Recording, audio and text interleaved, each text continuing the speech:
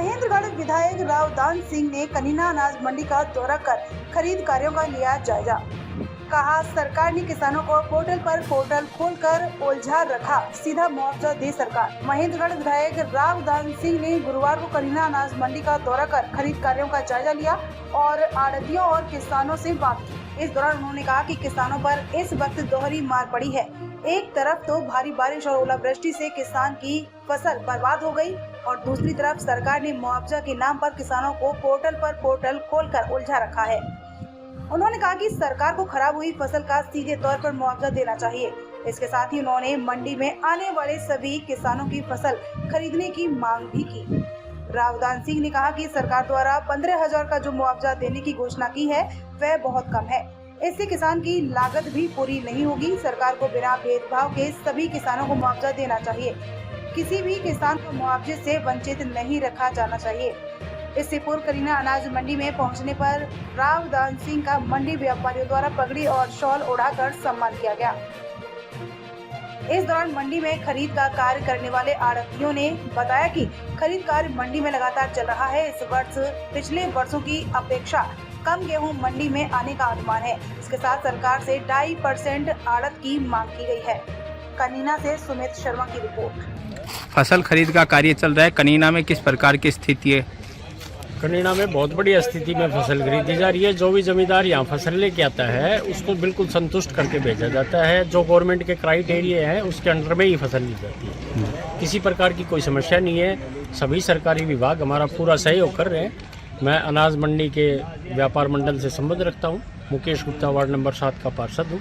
किसी प्रकार की कोई समस्या नहीं, बिल्कुल सही। जैसे अब बारिश हुई थी तो फसल में कुछ जैसे खराबी हुई थी तो उसका कोई इफेक्ट यहाँ देखने को मिला ज़्यादा? बारिश से फसल में बहुत ज़्यादा खराबी हो गई थी। दाना पतला रह गया था और सुकड़ गया था और उसका कलर फेड हो गया था। गवर्नमेंट का क्राइटेरिया है कि 60% कलर फेड को नहीं देखा जाए। वो या बिना देखे हुए उस दाने को लिया जा रहा है। जो गवर्नमेंट के क्राइटेरिया है उसी के अनुसार खरीद हो रही है, बिल्कुल सही हो रही है। किसी प्रकार की कोई समस्या नहीं। अच्छा, तो सरकार की जो खरीद पॉलिसी है उससे व्यापारी वर्ग खुश है?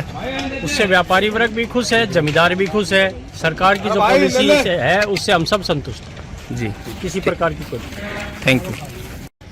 कनीना अनाज मंडी के अंदर फसल खरीद का कार्य चल रहा है, तो किस प्रकार का चल रहा है और व्यापारी वर्ग जो है सरकार की इस खरीद प्रणाली से संतुष्ट? कनीना मंडी में गेहूं की फसल पुरानी मंडी में खरीदी जा रही है और सरसों की फसल नई मंडी बनी उसमें खरीदी जा रही है। गेहूं की फसल आड़ती द्वारा खरीदी जा रही है और सरसों एफर्ड खुद खरीद रही है, मार्केटिंग कोऑपरेटिव सोसाइटी से जी।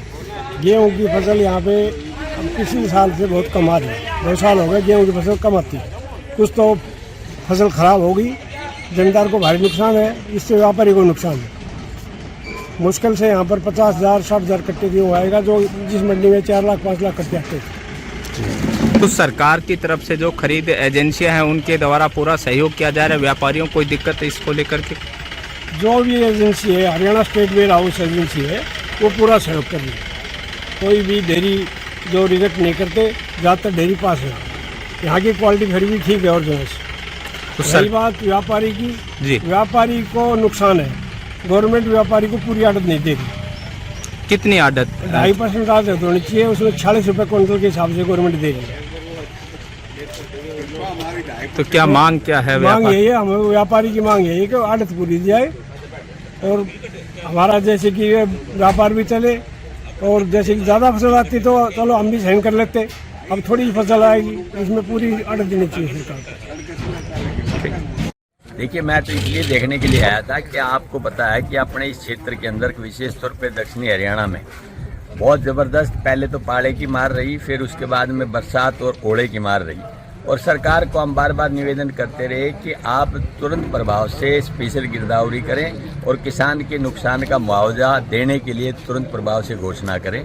उन्होंने कहा कि हम ठीक है इसके भर्त्सना करते हैं कि भाई हम ये कहना चाहते हैं कि हमने पोर्टल खोल दिया है और हम इसके लिए प्रयास कर रहे हैं कि जल्द से जल्द आपको यहाँ पर हम गिरदावरी करा के स्पेशल गिरदावरी करा के करेंगे। लेकिन सरकार ने एक ऐसा विचित्र सिस्टम पैदा किया कि वो कहते हैं कि हम एक पोर्टल पर अप्लाई करवाएंगे। पहले तो किसान पोर्टल पे अप्लाई करेगा, फिर पटवारी उसी दूसरे पोर्टल के ऊपर उसकी क्षतिपूर्ति का आवेदन देगा, वो अपने निरीक्षण करके रिपोर्ट देगा, फिर एक तीसरा व्यक्ति जो इन दोनों को मिला करके देख के बताएगा। तो यानी कहने का मतलब तो ये है कि आप पोर्टल पे पोर्टल खोलते जाए, किसान तक उसके कोई मदद ना मिले। तो उन सब बातों का जायजा एक नुकसान के तौर पे आया है सामने।